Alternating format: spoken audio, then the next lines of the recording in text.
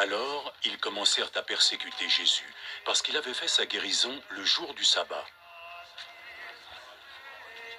Jésus leur répondit, « Mon Père est toujours à l'œuvre.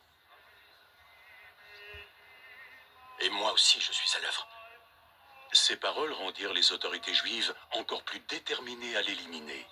Pas seulement parce qu'il avait enfreint la loi du sabbat, mais parce qu'il disait que Dieu était son propre Père, et ainsi il se faisait l'égal de Dieu. Alors Jésus leur déclara, « En vérité, je vous le dis, le Fils ne peut rien faire par lui-même. Il fait seulement ce qu'il voit son Père faire, et ce que fait le Père, le Fils le fait aussi. Car le Père aime le Fils, et lui montre tout ce qu'il fait lui-même. Il lui montrera des œuvres encore plus grandes à faire, et vous tous ici en serez étonnés. Tout comme le Père relève les morts et les rend à la vie, de la même façon, le Fils donne la vie à qui il veut. Le Père ne juge personne lui-même. Il a donné au Fils tout pouvoir pour juger, de sorte que tous doivent honorer le Fils comme ils honorent le Père. Quiconque n'honore pas le Fils n'honore pas le Père qui l'a envoyé. En vérité, je vous le dis, ceux qui entendent mes paroles et croient en celui qui m'a envoyé auront la vie éternelle. Ils échappent au jugement, mais sont déjà passés de la mort à la vie. En vérité, je vous le dis, le temps va venir. Le temps est déjà venu où les morts vont entendre la voix du Fils de Dieu. Et ceux qui l'auront entendu vivront.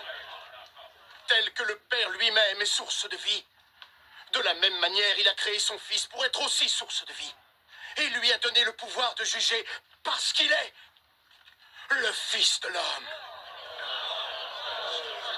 Ne soyez pas étonnés de ça. L'heure approche où tous les morts entendront sa voix et sortiront de leur tombeau.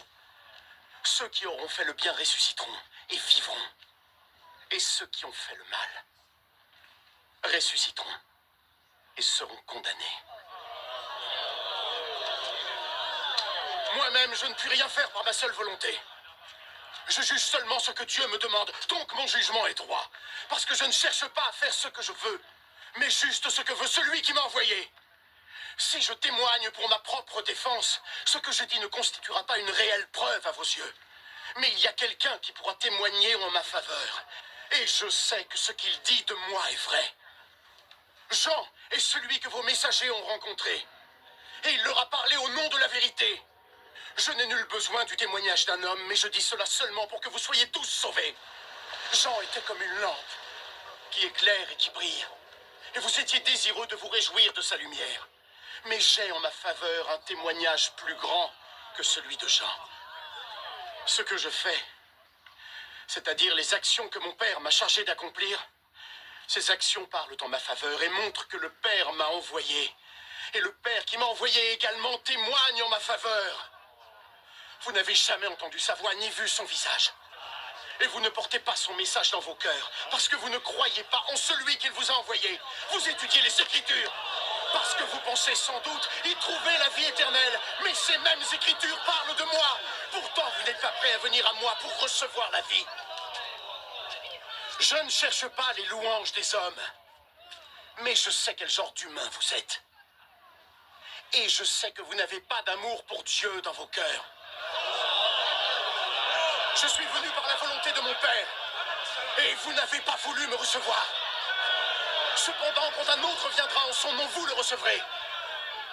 Vous aimez tant recevoir des éloges les uns des autres, mais vous n'essayez pas d'avoir la reconnaissance divine qui vient de lui seul.